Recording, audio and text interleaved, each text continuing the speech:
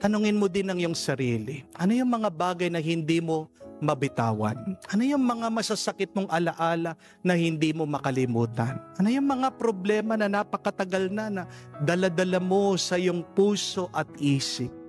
Ang kagustuhan ni Jesus para sa atin ay lumaya. Ang kagustuhan ng Diyos ay makaranas tayo ng kapayapaan. And how can we be free? How can we be happy? How can we be at peace? Not by holding on to these negativities. Wala namang mabuting na idudulot sa'yo. Yung paghawak mo, pabalik-balik mo, pagdadala mo sa mga negatibong problema mo. Kaya nga ang ganda po nung kanta, paboritong-paborito ng mga bata, galing po dun sa pelikulang Frozen. Alam nyo yon?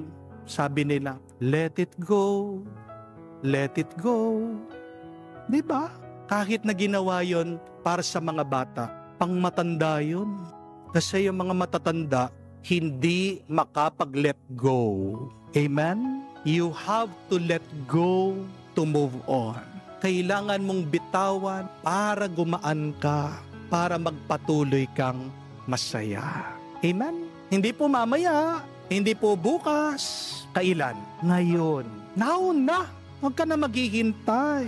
Gusto ng Diyos, ngayon ka lumaya. Gusto ng Diyos, ngayon ka maging masaya. Gusto ng Diyos, ngayon ka maging payapa. Pero paano tayo magiging malaya? Paano tayo magiging masaya? Ayaw mong bitawan. Hinahawakan mo. Yang iyong hinanakit, yang iyong galit. Bakit? Pinapayaman ka ba niyan? Sino po sa inyo yung yumaman na dahil sa galit niya? Meron po ba? Sabihin niyo po sa akin, ha?